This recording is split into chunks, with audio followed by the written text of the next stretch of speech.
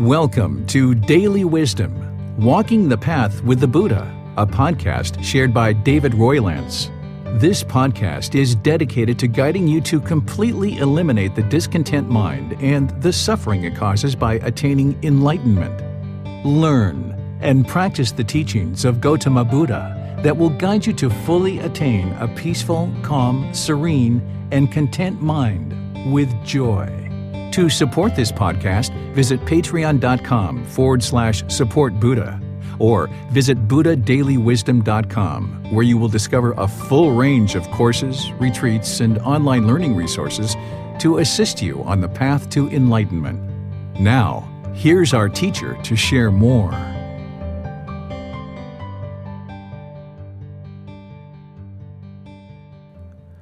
Chapter 16. Craving is the problem. What is the solution? The primary problem that Gotama Buddha discovered about the human mind is that it is constantly in a condition of craving and desire, also described as attachment. The mind constantly craves, desires, and attaches to possessions, relationships, wealth, fame, occupations, etc. A craving, desire, or attachment is a mental longing for something with a strong eagerness. The mind continuously and endlessly has cravings, desires, attachments, expectations, or wants, and because we cannot ever fulfill our endless wants with the mind craving permanence, the mind is discontent caused by our own craving, desires, or attachments. The mind is never content and craves more and more from life.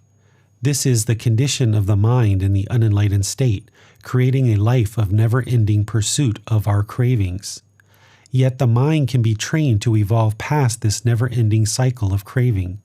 The mind can attain a higher consciousness through the pursuit of Nibbana. As a kid, we feel that we could just be happy if we had a bicycle. We focus the mind on this goal and put lots of effort into obtaining a bicycle. We eventually obtain the bicycle.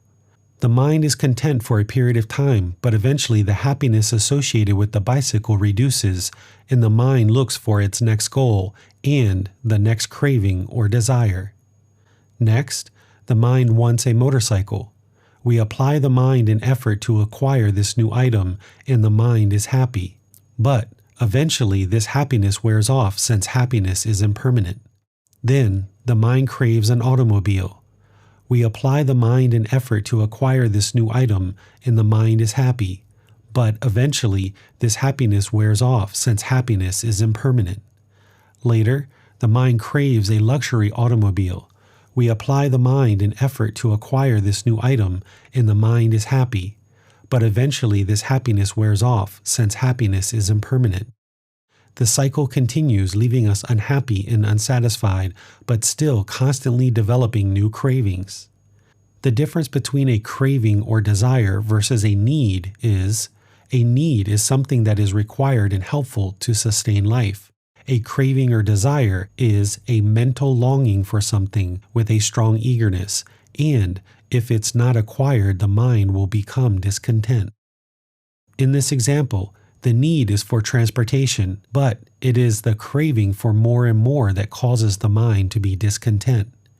Rather than be content with having transportation of any type, the mind craves another form of transportation, which then requires one to pursue this craving, seeking outwards satisfaction or external happiness that is never lasting, because seeking to satisfy happiness externally is impermanent and will lead to a discontent mind.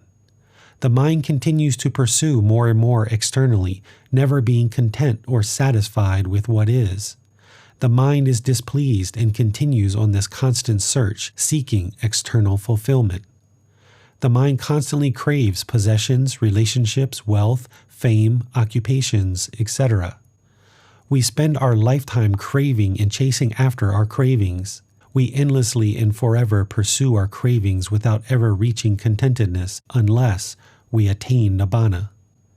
The path to Nibbana involves extinguishing our cravings and desires, i.e., attachments, learning to live within our means and finding contentedness through inner fulfillment, where the mind can reside, peaceful, calm, serene, and content with joy, never experiencing even the slightest annoyance or dislike.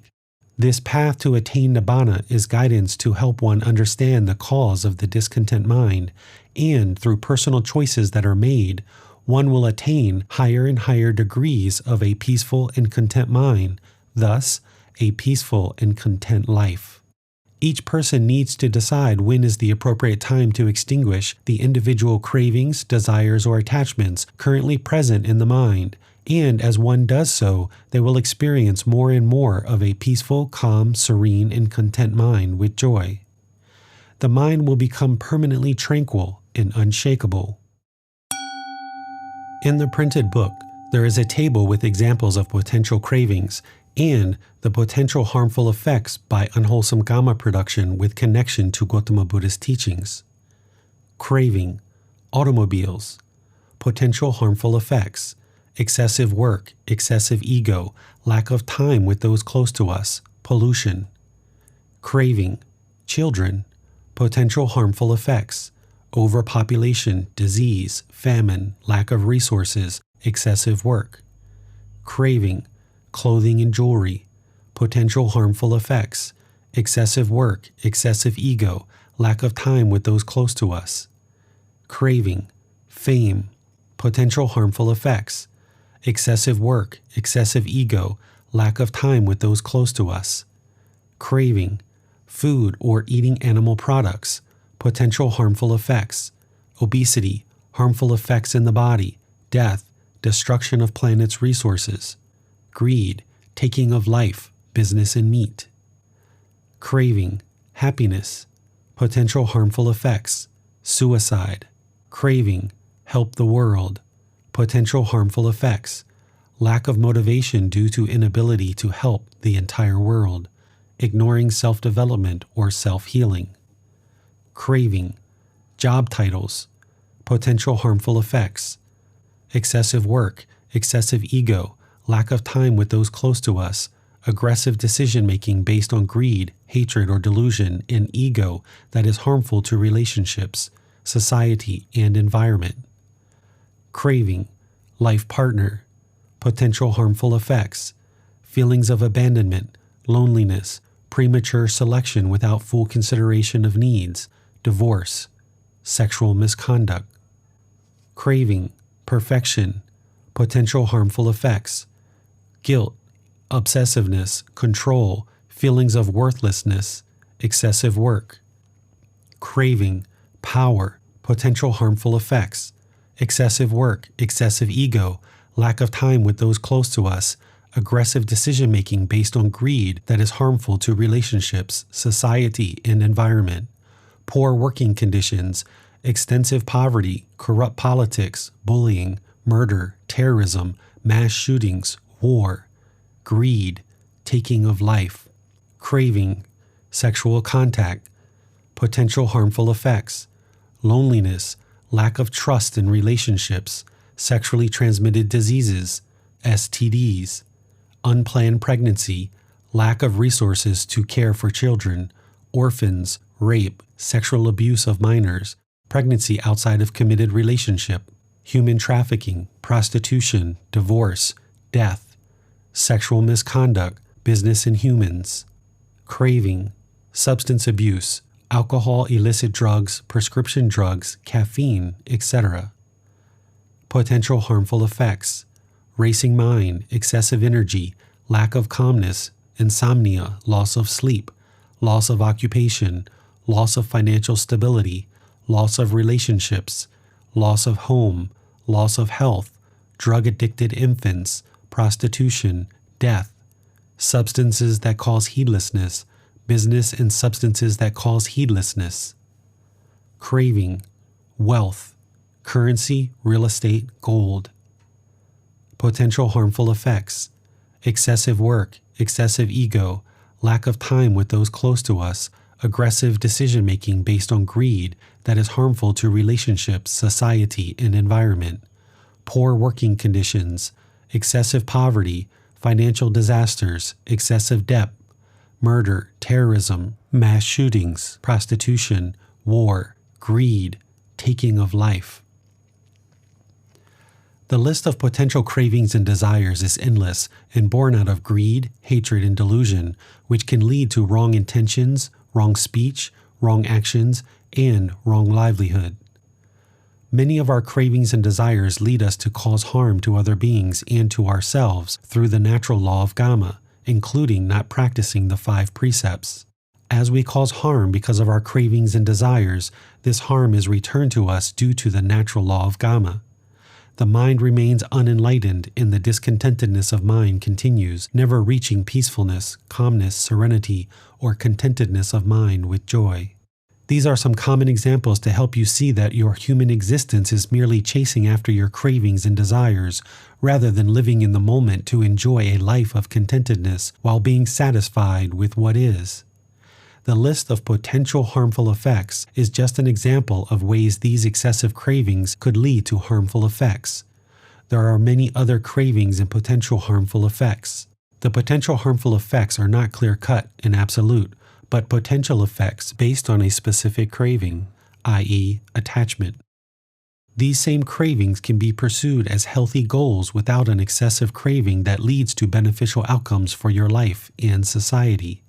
This would be walking the middle way. With excessive craving, we spend our time and effort fulfilling what we think will make us happy, but it turns out once we acquire what we thought would make us happy, that happiness fades and leaves us feeling not as fulfilled. Then, the craving continues until we extinguish our cravings and desires through the growth of attaining Nibbana.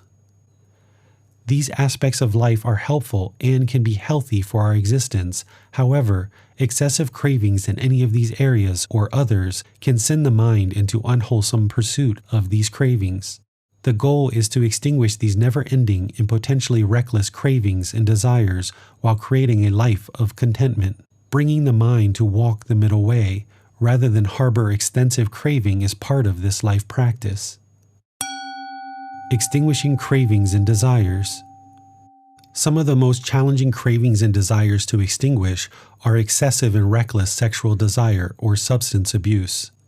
These cravings, along with others, can preoccupy the mind for unlimited amounts of time, which take away from living a content life. These cravings can cause harm to other beings through excessive use of finances that should be allocated to home life, or excessive use of time that could be devoted to wholesome relationships or wholesome activities rather than chasing our cravings. By eliminating our endless cravings and desires, we are able to pursue more meaningful relationships and activities that produce greater benefit for society, those close to us, and our life without greed, hatred, or delusion, and without cultivation of our ego. We are better able to focus on what we need for life rather than what we want. Depending on the specific cravings and desires you currently have, you may need to find help to learn how to extinguish your cravings.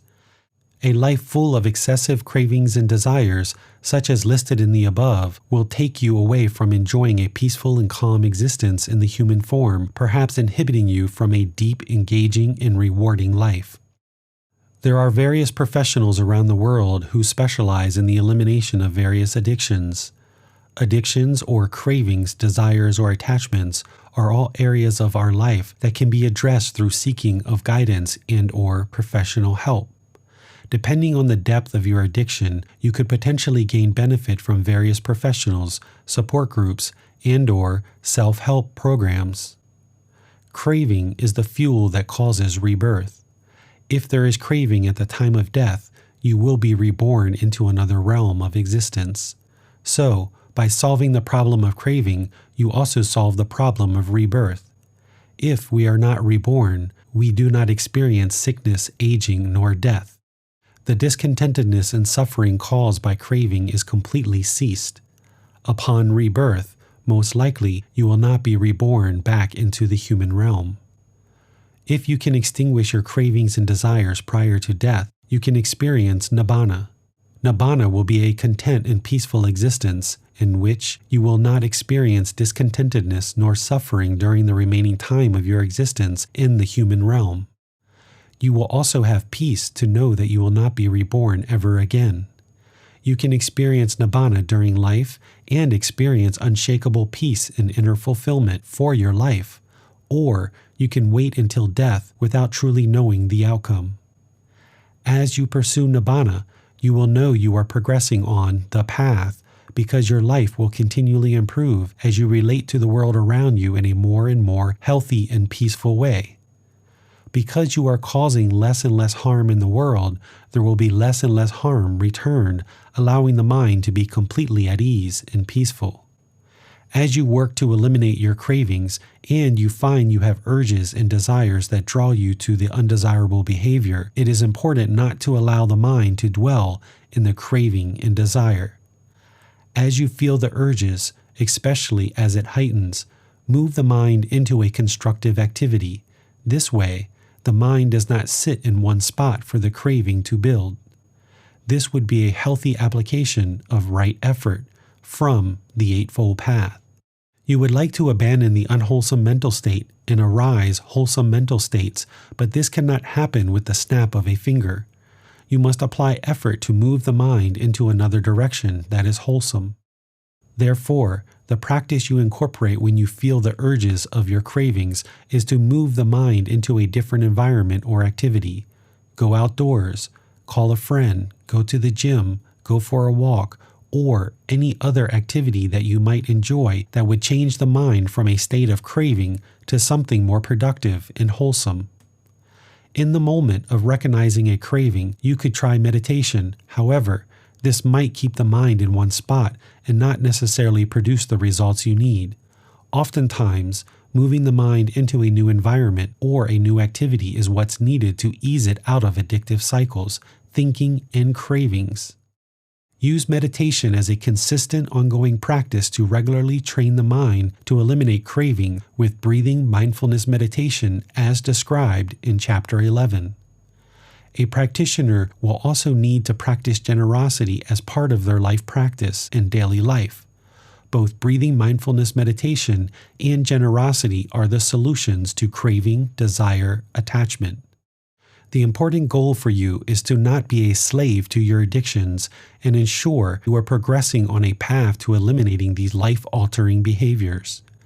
As you reduce your addictions, cravings, and desires, you will notice gradual improvements in your mental alertness, clarity, and peacefulness through elimination of your attachments. Your relationships with those close to you will improve and deepen. Be aware that relapses can occur, but bringing a gradual diminishing of your addictions, i.e. attachments, is normal. You should observe a gradual tapering of your addictive behavior as you apply right effort. If a relapse does occur, put it in the past and move forward with your continued pursuit to extinguish the craving. Depending on the type and severity of your addiction, increased levels of professional help and support could be needed, or you may be able to extinguish your cravings through your own efforts. You need to decide what is best for you and how you need to progress to extinguish your cravings, including your craving to exist in this world. By the time of your death, you will need to extinguish the craving to exist in the world in any form, including any desire to enjoy an afterlife with a pleasant destination. If you still have craving to exist, or any other cravings, you will be reborn. We must even extinguish the craving to attain Nibbana. When there is craving, there is no Nibbana. Continue your progress to eliminate cravings and desires that are attachments causing the mind to be discontent. Do not get discouraged as you apply effort to extinguish your cravings. Taper your cravings and desires until they are fully extinguished and continue to walk the path towards Nibbana, a better way of life. The end of each chapter will have learning resources for further exploration. You will be able to explore videos, podcasts, quizzes, etc. to deepen your learning of the content you read in each chapter. Please see the ebook for more details on these resources. As you have questions or need clarification on these teachings, you are welcome to post those into the Facebook group Daily Wisdom, Walking the Path with the Buddha, or contact the author privately for in-depth learning. Daily Wisdom, Walking the Path with the Buddha. Facebook.com/groups/Daily Wisdom 999. Thank you for listening to this podcast. To provide support for this podcast, visit patreon.com/support Buddha. To access more teachings, visit buddhadailywisdom.com. There, you will discover a full range of courses, retreats, and online resources to assist you on the path to enlightenment. Remember to establish a daily, consistent meditation practice, along with learning and practicing these teachings.